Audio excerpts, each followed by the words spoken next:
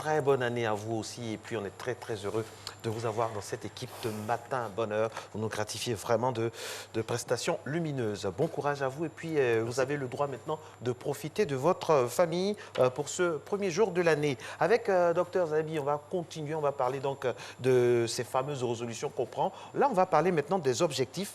Comment les planifier? Un cas pratique, par exemple, pour quelqu'un qui veut se mettre au sport et puis suivre les traces des devanciers et puis peut-être, pourquoi pas, terminer avec la notion spirituelle. À vous, docteur. Oui, j'étais tout à l'heure en train de dire que c'est très important de se fixer des objectifs par rapport à ce qu'on a envie de devenir. Il faut avoir une vision prospective. Qu'est-ce que j'ai envie de devenir dans 1 an? Qu'est-ce que je veux devenir dans 10 ans, dans 5 ans? C'est en fonction de cette vision prospective, en général, qu'on se détermine et qu'on fixe des projets bien précis. Donc, quand le projet il est déterminé, ça, c'est ce qu'on appelle les objectifs. Et je disais donc que tout le monde a des objectifs, mais très peu de personnes travaillent à la réalisation effective de leurs objectifs. Du coup, dans la société, on voit des gens qui, 5 ans, 10 ans, ils sont au même niveau. Et ils sont aigris contre ceux qui évoluent. Ils pensent que ce sont ces gens-là qui ont volé en griffe leur chance, alors qu'il n'y a rien. Ces gens qui sont en train d'évoluer ont juste compris qu'il faut, se fixer des objectifs et il faut travailler à la réalisation de ces objectifs-là. Mais il y a des gens, par exemple, qui ont des objectifs qui sont contredits par leur style de vie, par exemple. Quand vous prenez... maman ne me dira pas le contraire. Une dame, par exemple, qui va avoir des mèches, des cheveux humains à 300 000 francs, alors que 300 000 francs, c'est 3 tonnes de ciment. Plus un voyage de sable à Beaunois, par exemple.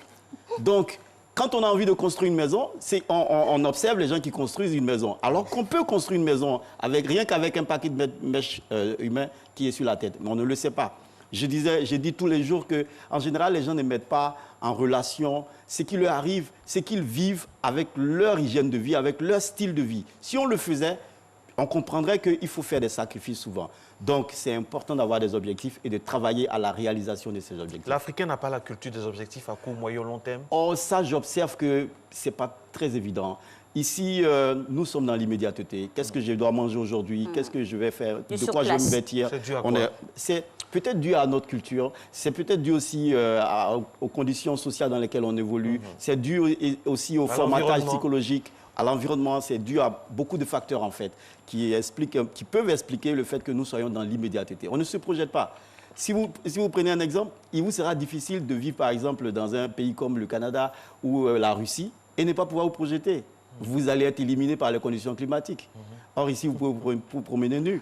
Ça ne vous posera pas de problème. Donc là, vous pouvez dormir à la belle étoile. C'est que vous ne ferez jamais en Russie. Au bout d'1 heure, vous allez mourir. Vous prenez un pays africain, une photo d'une ville africaine, je ne vais pas citer, une photo de 1982. Vous revenez en 2018, au même endroit, il n'y a pas eu d'immeuble, c'est la même photo. Sauf peut-être un peu de verdure. Oui, c'est tout. C'est hallucinant. Alors que dans des pays dits développés, par exemple, on planifie à tel point que parfois, il y a du surplace. C'est-à-dire, on a tellement bien planifié que la route, par exemple, n'est pas dégradée. Mais bon, puisqu'il y a l'argent pour ça, ça a été vraiment collecté, tout ça, on est obligé de faire quelque chose. Mais c'est ça. Tout est là. Le constat, il est amer, mais il est réel. Implacable. Il est réel et il s'impose à nous. On peut le critiquer, on peut en dire ce qu'on veut, mais c'est la réalité. On fait des discours, on est tous... On parle. L'Africain, c'est le discours, c'est le verbe. La tradition orale, ça nous fatigue. Mais en même temps, on peut garder aussi cette pointe d'espérance. Et puis notre rôle, c'est un rôle d'éveil. Donc, maintenir les objectifs qu'on devrait se fixer. On a 12 mois, notamment dans l'année. Oui. On vient de terminer le mois de décembre. Là, nous sommes en janvier. Quels sont les objectifs que l'on doit se fixer et comment les planifier sur les 12 mois? La planification, c'est quelque chose d'essentiel. C'est vrai, il y a beaucoup de gens qui sont très spirituels et spiritualistes en Afrique qui aiment bien dire « je laisse tout dans les mains de Dieu ». Mais quand vous laissez tout dans les mains de Dieu, qu'est-ce que vous lui présentez comme sujet de prière? Très bien dit. Moi, je dois planifier des choses, je dois prendre des décisions. Et ce sont mes décisions que je présente à Dieu.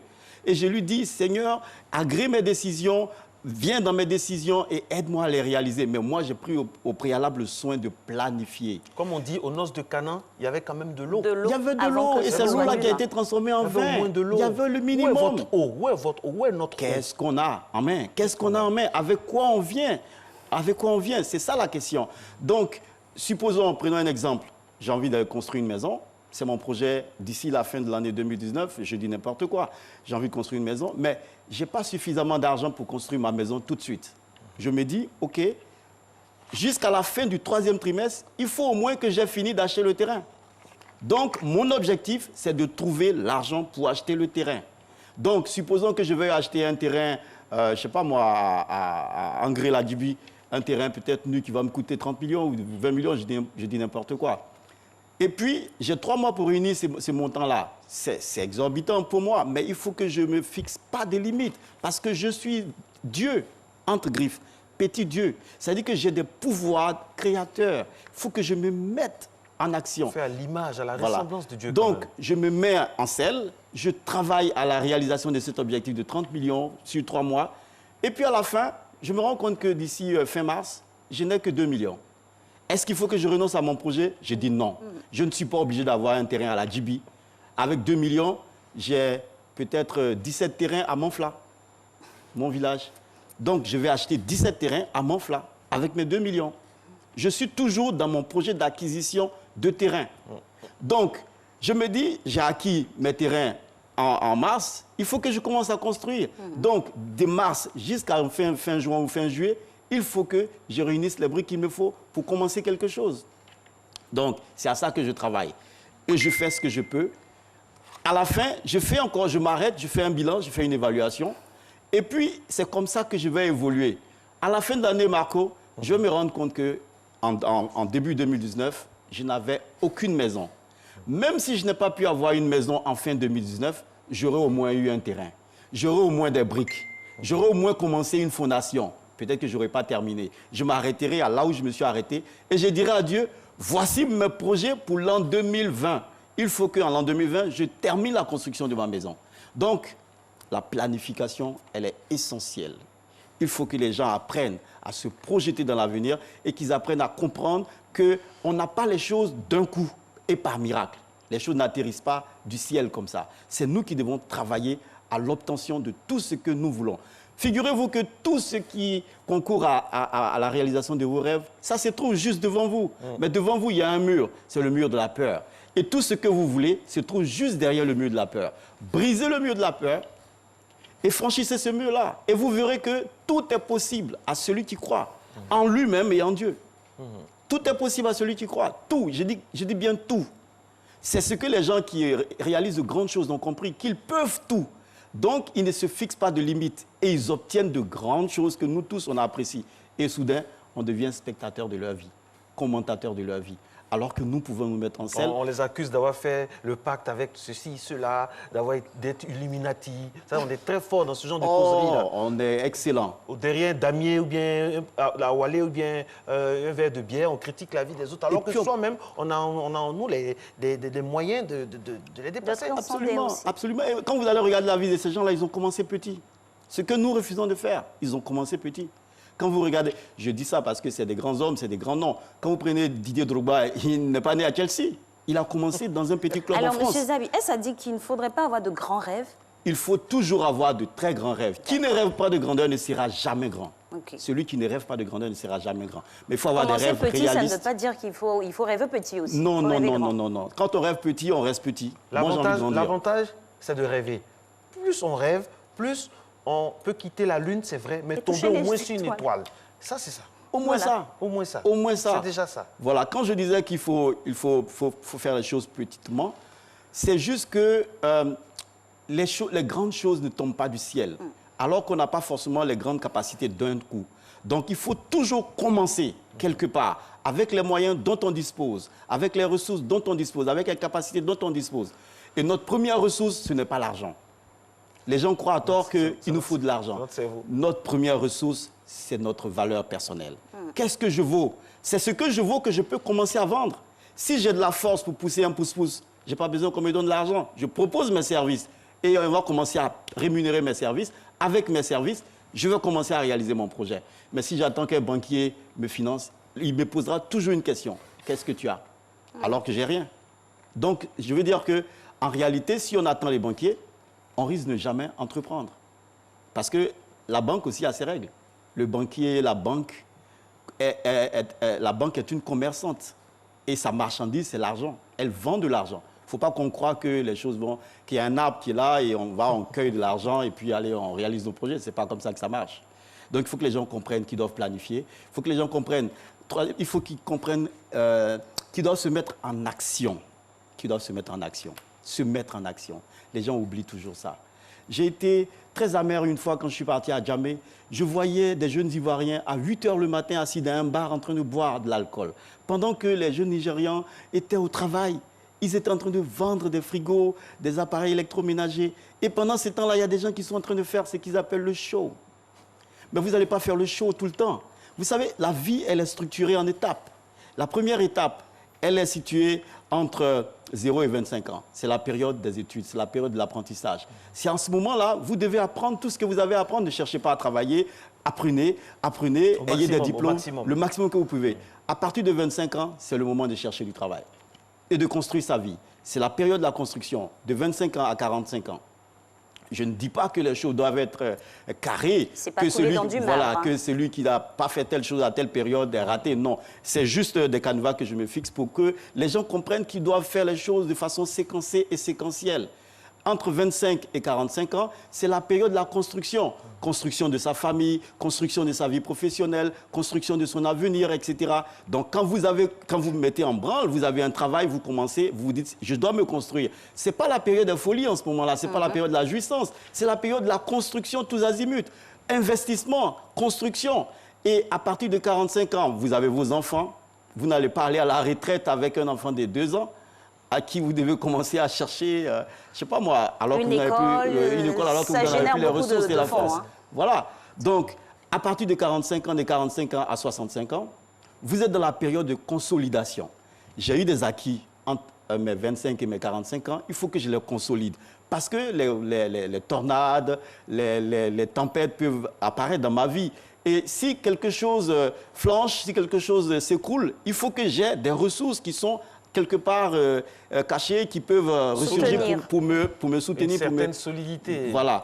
Et donc, en ce moment-là, j'investis, par exemple, dans la construction de maisons, parce que ça, c'est un investissement. Les investissements immobiliers sont des investissements de consolidation. J'investis, par exemple, dans l'acquisition d'un champ, parce que ça, c'est des choses qui sont solides. Et donc, quand j'ai consolidé mes acquis entre mes 45 et mes 65 ans, à partir de 65 ans, je commence la jouissance. En ce moment précis, je prends ma vieille femme. Pardon? Non, ben oui, pardon. Non, mais je serai vieux, donc j'aurai une vieille femme. Pas forcément. Hein. Oui, ça pas forcément, mais moi j'ai déjà...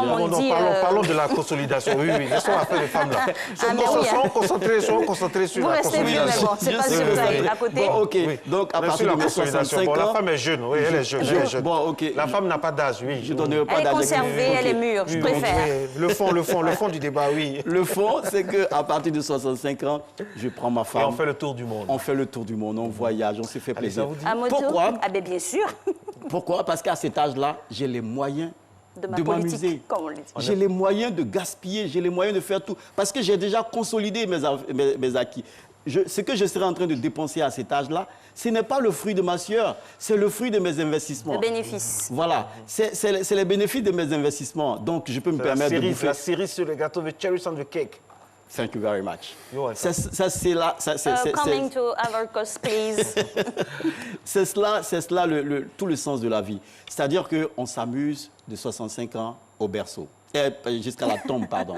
De 65 ans à la tombe. Il ne faut pas renverser les choses. Nous, on veut s'amuser en général au moment où on n'en a pas les moyens.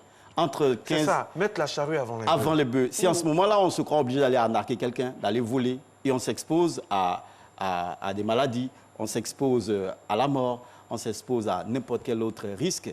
Donc, il faut être raisonnable. C'est vrai, je ne dis pas que c'est à 65 ans qu'on doit commencer à aller dans les boîtes de nuit, etc. Il faut quand même s'amuser un peu. Utile et agréable. Il faut jouer l'utile à l'agréable, mais il faut le faire avec mesure. Tu peux même dans l'amusement, il faut s'amuser utile. Utile et bien. Parce que n'oublions pas que la plupart des amusements nous conduisent inexorablement vers la mort. Ça, les gens n'ont pas conscience de cela. Quand je bois beaucoup d'alcool, je suis en train de mettre en péril mon foie. Dégrader la santé. Je suis en train de dégrader ma santé. Quand je me soumets à beaucoup de choses dans ma jeunesse, j'en paye le prix et très cash quand j'ai mes 65 ans. À partir de mes 60 ans, je commence à ressentir le poids des ans. Et là, c'est pour ça que je disais qu'il faut avoir une vision prospective. Si moi, mon désir, c'est de vivre à 100 ans, c'est vrai que ça ne dépend pas entièrement de moi. C'est Dieu qui va décider parce que je peux faire tous les efforts et mourir dans un accident. Donc, Dieu détient, c'est vrai, le souffle de vie. Mais j'ai beaucoup d'efforts à faire, moi, pour être en très bonne santé à 65 ans. Regardez, prenez la plupart des pays asiatiques. Les gens là-bas, c'est ceux qui sont jeunes qui sont difficiles à trouver, en fait. La plupart des gens sont l'espérance de vie, voilà. Là-bas. Vous allez dans les pays de l'Europe du Nord, les gens, ils ont une espérance de vie aujourd'hui. La qualité de vie. Là-bas, on ne parle plus de développer, sous-développer, pas de qualité de vie. Qualité de vie. Parce que les gens, ils ont compris qu'il y a beaucoup de choses qui dépendent d'eux. Hygiène aussi de vie. Il y a beaucoup de choses qui dépendent de nous. Un pays comme nous. la Suède n'est pas un pays riche, mais c'est l'un des pays au monde où il y a la qualité de vie. Absolument. Comparativement aux États-Unis, par exemple, où la jeunesse américaine a tout sauf l'essentiel. Il y a tous les excès là-bas. Tout ça, c'est très important aussi, la qualité de vie. Et c'est subséquent à ce qu'on a comme planification. Et là, on est dans le cœur de ce que vous dites. Il faut planifier. Planifier. Il faut planifier. Bon, parlons de résolution, par exemple, pour être un peu plus léger. Par exemple, une dame, quelqu'un qui décide pour l'année de faire du sport. Par exemple. Comment, concrètement, quand on écoute ce que vous dites, on planifie? Parce que ça implique beaucoup de choses aussi. Absolument. Un exemple. Déjà, il faut que la personne qui a envie de perdre du poids, par exemple, comprenne que il est toujours mieux de ne pas avoir du poids que d'avoir à en perdre. Parce que les gens, on a quelque chose de vraiment ridicule ici, c'est que quand les gens commencent à rentrer dans les problèmes, c'est en ce moment-là que tout le monde les félicite. « Ouh, ma chérie, mais tu es devenue belle, tu as pris des kilos. » C'est ce qu'on dit. « Ouh, mon gars, mais tu as un ventre sous-préfectoral. » Waouh, mais ça, tu es en train de devenir, mais ça, tu es en train de faire un carton. Mais ils sont en train de t'encourager vers la tombe. Parce que le ventre sous-préfectoral ne contient que de la bière. Ou la graisse. Ou la graisse. Et ça va te rattraper à très court terme. Donc, il faut qu'on comprenne qu'il est mieux de ne pas prendre du poids que d'avoir à en perdre. Donc, première chose, je ne parle même pas à ceux qui ont envie de perdre du poids d'abord. Je vais m'adresser à ceux qui ne doivent pas en prendre. Il faut que je sache que la prise de poids est problématique sur le long terme pour ma santé. Il faut que je le sache. Donc, chaque matin, moi, quand je me réveille toujours autour de 4 heures du matin pour prier. Quand je finis de prier, direction, je sors, je vais en ville. Je fais une marche, je fais la course à pied, ou alors je reste à la maison, je fais un peu de vélo, et puis je transpire. J'élimine tout ce qui est toxique. Vous avez toujours été comme ça ou bien c'est le fruit d'une résolution? Je n'ai pas toujours été comme ça. Okay. J'ai vécu ma jeunesse comme beaucoup d'autres jeunes. Alors le secret, pour ceux qui nous regardent, le secret, comment tenir quand on prend une résolution? C'est comprendre la vie. Comprendre que ma bonne santé dépend de mon hygiène de vie. D'accord. Quand j'ai compris cela, j'ai éliminé, j'ai mis une croix rouge sur des choses dans ma vie. OK. Une croix rouge. Faire la part des choses. J'ai mis une croix rouge sur beaucoup de choses dans ma vie parce que j'ai compris à un moment que mon hygiène de vie détermine pas mal de choses dans la réalisation de mes ambitions et de mes objectifs. Donc, quand on a compris cela, on ne cherche pas à perdre du poids, on cherche plutôt à ne pas en gagner. Donc, on est dans des activités qui nous amènent à ne pas en prendre. Comme j'étais en train de dire, faire du sport régulièrement, ne pas trop manger, ne pas manger trop gras, ne pas manger trop sucré, ne pas manger trop salé. Parce que ce que vous affectionnez à un moment finit par devenir votre totem. Merci beaucoup, Dr Frédéric Zavi. C'est un délice de vous écouter. Mesdames et messieurs, je vais demander à tous ceux qui sont dans ce studio-là vraiment de venir, qui ont participé. Anassé pouvait venir, vraiment enlever, mettez les plans et puis fixez venez. Les caméras, et puis venez nous rejoindre. Parce que si nous sommes là ce matin, si on se réveille, c'est vous. aussi votre... Au-delà des vœux qu'on va voir tout à l'heure en vidéo ou pas, venez, vous êtes l'équipe du matin. Oui, Madame Dendané, venez. Elle est là depuis 1983. Elle a été décorée il n'y a pas longtemps. C'est une digne femme de la RTI, Monsieur Sadia, qui est à la caméra, mais aussi un chantre de l'Éternel. On a tous ceux-là qui sont là. Ils vont se mettre à nos côtés. Et du fond du cœur, on va vous dire à toutes et à tous... Bonne année! Bonne année 2019. Attendez, on sait qu'on est fatigué, mais crions quand même. Allez, on reprend, et tous ceux qui sont aussi là-haut. On reprend tous en cœur. 5, 4, 3, 2, 1. Bonne année! Allez, bonne année, bonne année, bonne année. On vous souhaite la santé du fond du cœur. Oui, monsieur Yao qui vient à 10 000 à l'heure, comme d'habitude. Voilà, voilà, il y a un peu de tout. Il y a un peu de tout dans la famille de la matinale. Avec Christelle Akoussa en haut, Soro Félicité, Cissé, Gerson, tout le monde, tous ceux qui travaillent vraiment avec un cœur blanc, un cœur pur, pour que vous ayez toujours une bonne matinale le matin. Allez, bonne année, bonne année, bonne année. Bonne année, bonne année. Bonne année, résolution, bonne année, chanteur. bonne année, bonne année. Allez, bonne journée. Merci beaucoup. Ciao, ciao. Ciao.